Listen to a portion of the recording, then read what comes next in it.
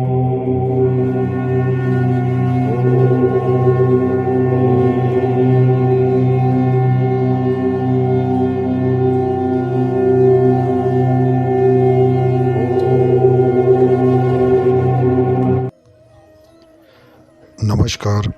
आप सभी को।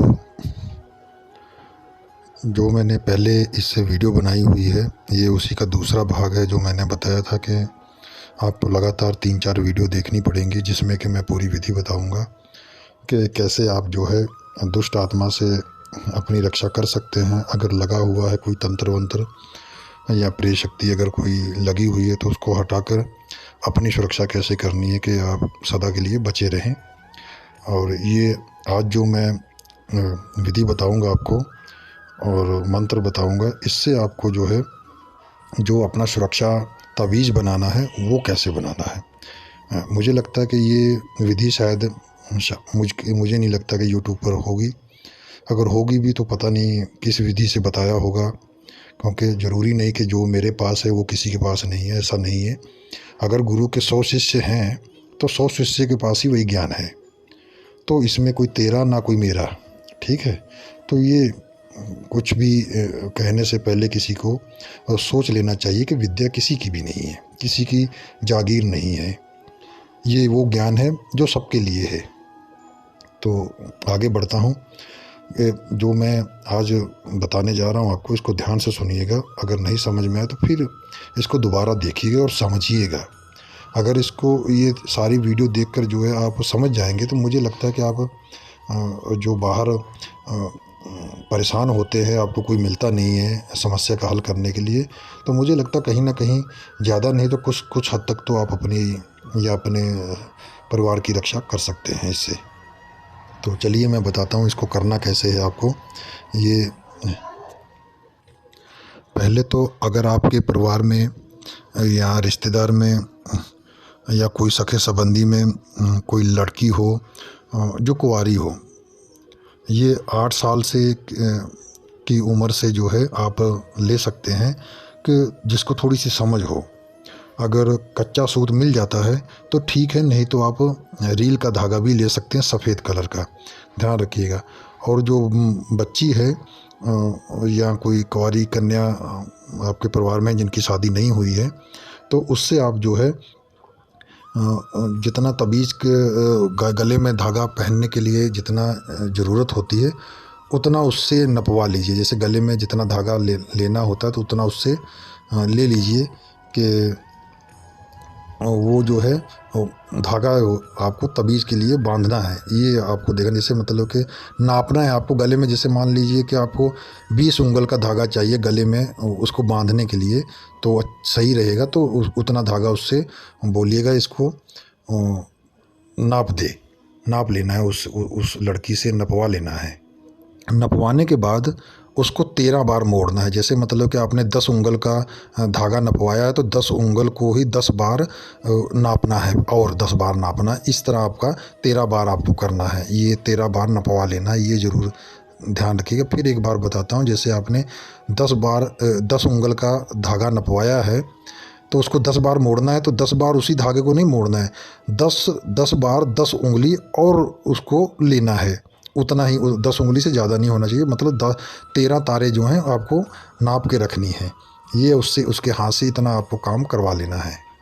फिर बासमती के चावल आपको लेने हैं, थोड़े से बना लीजिए, उसको उबाल लीजिए। साबुत दाने होने चाहिए और सिंगल दाना। आप जब भी उबालें तो सिंगल दाना हो जाए।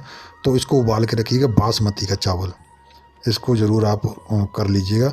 और इसके 19 दाने जो है आपको बाहर निकाल लेने, उबले हुए जो हैं, जो 19 दाने चावल के हैं बासमती को, उसको आपको ले लेना है। तो घेंगा अगर आप जानते हैं किसे कहते हैं तो अच्छी बात है, नहीं तो मैं आपको जो है इसकी वीडियो कह रहा हूँ, फ़ोटो जो है डाल दूँगा। घोंगा एक समुद्र में जो सिप्पी चलती है उस टाइप का होता है वो। अब आपको उसमें भी मिल जाएगा, तालाबों में मिल जाएगा, बारिश में अक्सर वो देखने को मिलते हैं। तो आपको उस तरह का आपको लेना है। ये आपको लाना है, ख़रीद कर अगर मिल जाए तो ठीक है, क्योंकि बाज़ार में भी ये सब चीज़ें मिल जाती हैं। मैं वीडियो में फ़ोटो डाल दूँगा, उसको आप देख लीजिएगा घोंगा किसको बोलते हैं। तो उसमें आपको 19 दाने चावल के जो है भर देने हैं, ये याद रखिएगा, उसको भरना है उसमें। और वो जो चावल की माड़ है उसको कुकर में नहीं बनाना है, आपको किसी छोटे बर्तन में बनाना है। और जो चावल की माड़ है उसको आप बच्चे को पिला दीजिएगा मंत्र के साथ पढ़कर, अभिमंत्रित करके उस माड़ को पिला देना है। और उसके बाद ये जो आपने चावल उसमें भर दिए हैं, 19 दाने ही भरने, ना कम ना ज़्यादा, उसके अंदर भर देना है। वीडियो में आप फ़ोटो को देख लीजिएगा घोंघा क्या है, तो उसको आप जो है उसमें भर देंगे। तो भरने के बाद जो है भरते समय जो है आपको इस मंत्र का, जो इस वीडियो में मंत्र है उसको पढ़ते रहना है, उसके ऊपर फूंक मारते रहना है। ऐसा आपको 21 बार करना है, उसके ऊपर मंत्र पढ़कर जो है फूंक मारना है भरते समय। तो जब ये आपका मंत्र भी पूरा हो जाएगा, अभिमंत्रित भी हो जाएगा, तो उसके साथ में जो है ये सब करने के साथ साथ जो है अगरबत्ती, धूप, दिए, दीप जो है आप ज़रूर जला के रखिएगा, कि उसको सुगंधित जो है लगाना भी है, और गुलाब का इत्र भी उसको लगाना है। लेकिन ये सब बाद में प्रक्रियाएं करनी है, उसको साथ में अगरबत्ती, धूप बत्ती भी ज़रूर जला के रखिएगा। और जब ये चावल भर देंगे उसमें, तो मंत्र भी पढ़ दिया आपने 21 बार, फूंक मार दिया, तो उसके बाद जो सूत आपने लिया है उस लड़की से नपवाया 13 तार जो है उसको उसके ऊपर लपेटना। पहले इसको जो है, ये घोंघा जो है इसको जो है किसी चीज़ में लपेट लीजिएगा, जैसे कि लिफाफा वगैरह, कि वो जो चावल आपने भरे वो बाहर ना आने पाए। उसके ऊपर कुछ लगा दीजिए, चाहे मोम लगा दीजिएगा, सबसे बढ़िया मोम रहेगा मुझे लगता है। उसको वो लगाने के बाद और उसके ऊपर उस धागे को आपको लपेटना इस हिसाब से कि वो पूरा ढक जाए, जो घोंघा है वो पूरा उसमें ढक जाए, इस हिसाब से लपेटना है। और जब आप लपेटेंगे, लपेटते वक्त भी आपको उस मंत्र का उच्चारण करते हुए उसके ऊपर फूंक मारना है, उस धागे के ऊपर जो आप लपेट रहे हैं। जब ये लिपट जाएगा तो पूरी तरीके से, तो इसमें जो है कोई धागे को इस हिसाब से गले में पहनने के लिए कोई दूसरा धागा एक और ले लीजिएगा, सफ़ेद रंग का, कोई भी धागा चलेगा, वो सूत धागा हो, रील का धागा हो, कोई भी धागा हो, तो उसमें उसको सिल कर, तो वो उसको तबीज़ की तरह बना लीजिए, क्योंकि वो पहनाने के टाइम आना। तो ये सब जब तैयार हो जाएगा तो आपको गले में नहीं डालना है ना, गले में नहीं डालना है, अभी इसकी प्रक्रियाएं और भी हैं।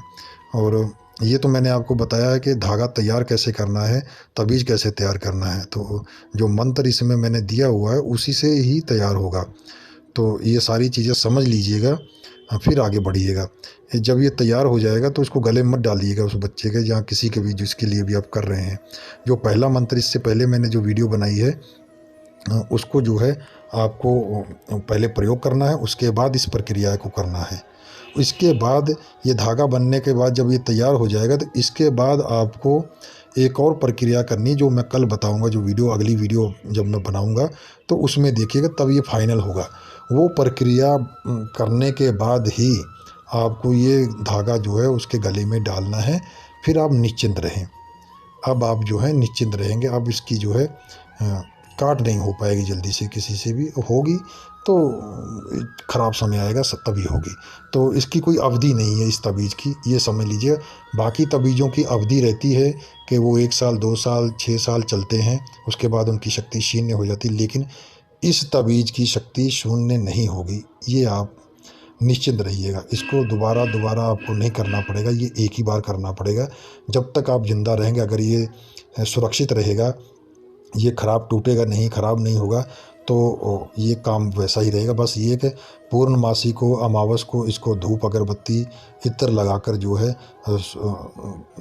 लोबान का धुआं दिखाकर उसके बाद फिर गले में धारण रखिएगा। लेकिन गले में धारण रख के निकालिए मत, गले में रहने दीजिए और इसको धूप अगरबत्ती दिखा दीजिए, अगरबत्ती दिखाकर गले में ही रहने दीजिए। ये इसकी पावर बढ़ती रहेगी। कुछ दोष वोष होगा तो वो भी ख़त्म हो जाएगा।